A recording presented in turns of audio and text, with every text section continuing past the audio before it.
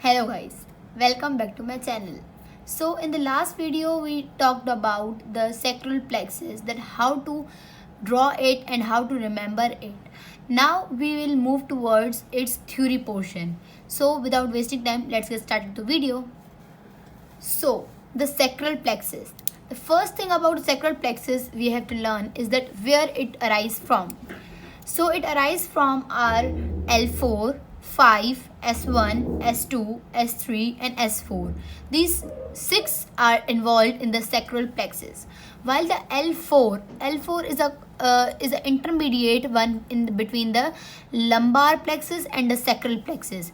So here I am writing that sacral plexus is arised from L4, L5, S1, S2, S3 and S4. Now the second point I have written here is in front of. Now what does this mean by?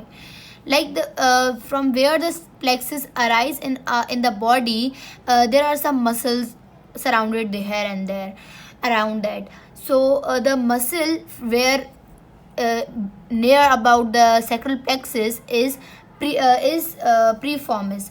So the sacral plexus arise in front of the preformis, or I can say the sacral plexus is situated in front of the preformis muscle, right?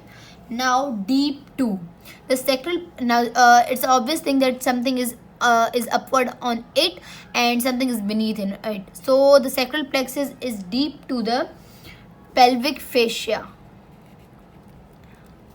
As sacral plexus arises there, so from the L4, L5, L6, S1, S2, S3, so there is pelvic fascia covering the sacral plexus.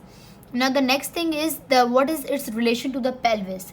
So in the sacral plexus relation to the pelvis is that it is situated near in the posterior wall of the true pelvis. Sacral plexus is situated in the posterior wall of true pelvis, right? Then the nerves derived from it. We learned about the nerves derived from the sacral plexus.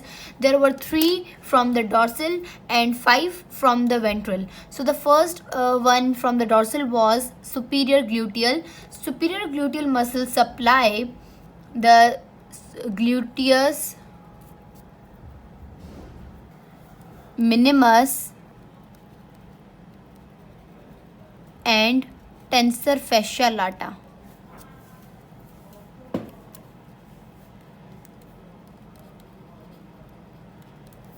Right, these 3.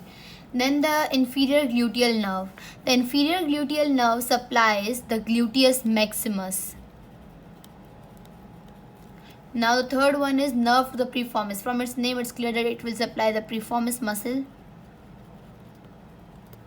The next is nerve to the quadratus femoris. Now the nerve to the quadratus femoris supplies 2 muscles. The first one is quadratus femoris,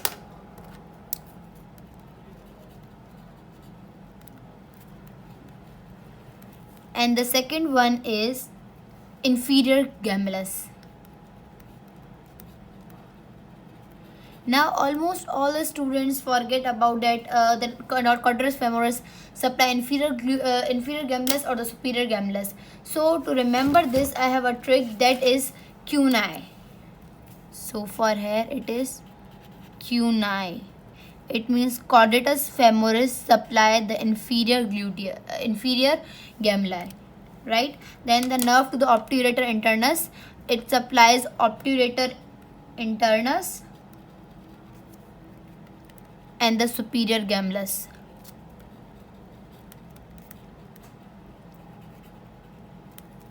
The posterior cutaneous nerve of the thigh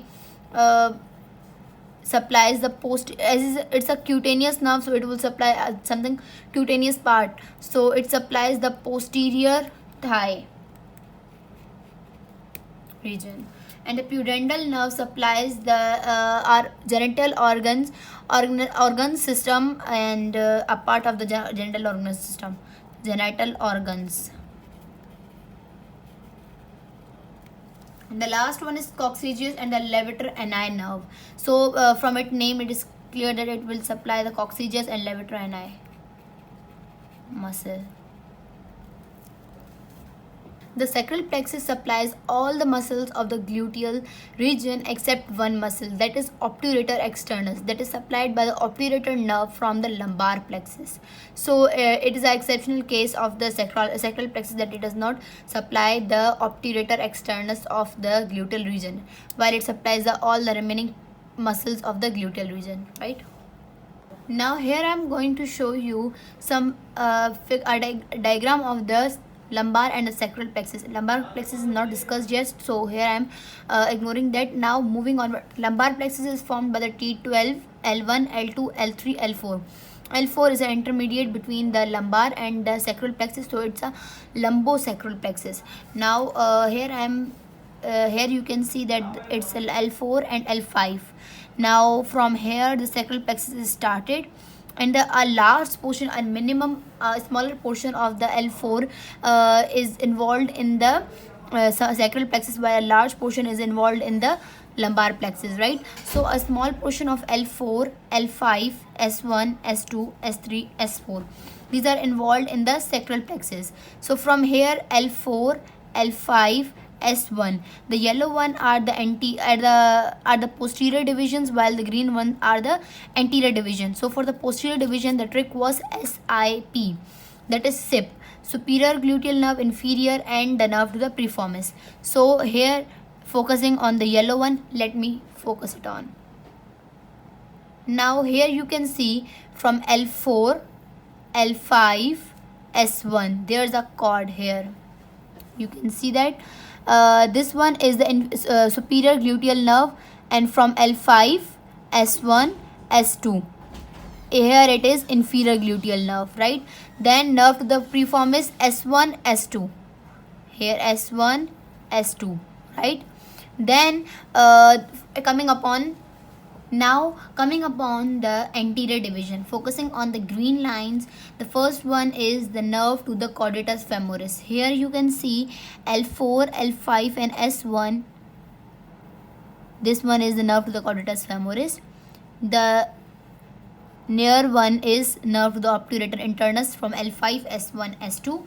Then the nerve was from S1, S2, S3, that is the posterior cutaneous nerve of the thigh. Here you can see this one, S1, S2 and S3, right? Then coming upon our next, that is pudendal nerve. The pudendal nerve root value is S2, S3, S4. So here you can see the pudendal nerve, S2, S3, S4. Now the last was coccygeus, nerve to the coccygeus and the levator ani. Here it is not shown in the diagram. So here our sacral plexus is completed. Now yes, like my video, subscribe my channel, and don't forget to so here our sacral plexus is completed. And yes, like my video, comment on my video, and yes, don't forget to subscribe my channel. Thank you for watching.